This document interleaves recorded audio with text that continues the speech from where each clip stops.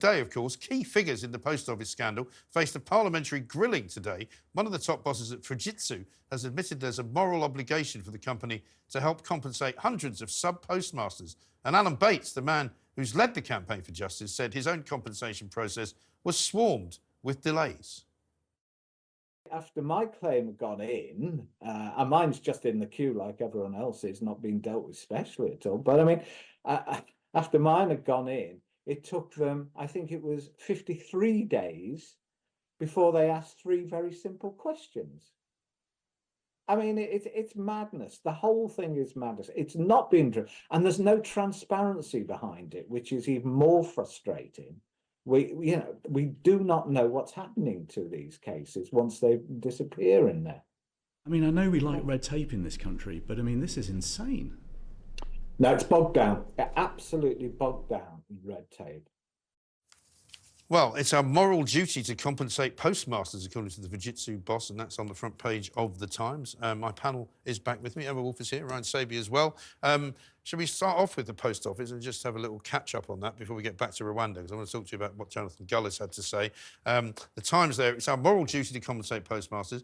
I mean, it seems incredible, doesn't it, that after all of this, Emma, we get the Fujitsu boss effectively admitting today that they were complicit in a cover-up of some kind, which included, you know, prosecuting and helping to prosecute innocent people who ended up being ruined. And the thing is, no matter how much money they pay now, you can't get those years back, you can't get the livelihoods wrecked, the marriages wrecked, the houses lost, the pensions squandered, in some cases suicide, you know? You can't get those years back, and this is the problem, and it's all very well saying... And the thing is, we're hounding Sir Ed Davey, to say sorry, and Fujitsu are kind of saying sorry now, but they were warned multiple times over the years, so it's just not good enough, is it? I mean, is there any thirst, do you think, Ryan, in political circles to push this on and to actually try and get a few people prosecuted who were in the firing line, whether they be in Fujitsu, whether they be in Horizon or the Post Office or even in Parliament?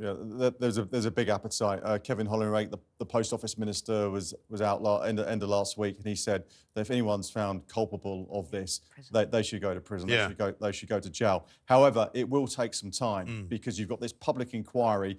And until you find who is culpable, you're not going to get the end result. You're going to have to go through the report. Then the police are going to have to... They're already investigating this, but they're going to have to go through everything with a fine-tooth comb before they can bring any possible charges. And then is it a corporate entity or a corporate prosecution, or do you go for the individual? So there's a lot of hurdles. There is. But the other big question for me, Emma, as well, is who pays for all this compensation? Because I don't think we should be paying it as the representatives of the taxpayer via the government. Surely it should be Fujitsu, shouldn't it? Well, sure, yeah, exactly. And it's going to run into millions and millions of pounds if the figures I mean, as much as I want these people to be compensated, I don't want to pay for it. I know. Sorry.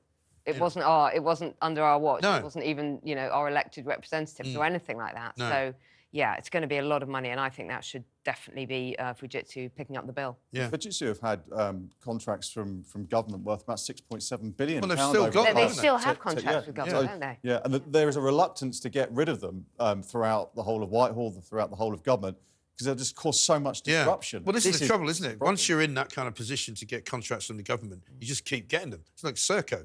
You know, Serco get one contract after another to deal with various things to do with the migrant business, and everybody knows everyone, and there's nobody asking any questions. Just go, OK, have another £1 billion contract, that'll do.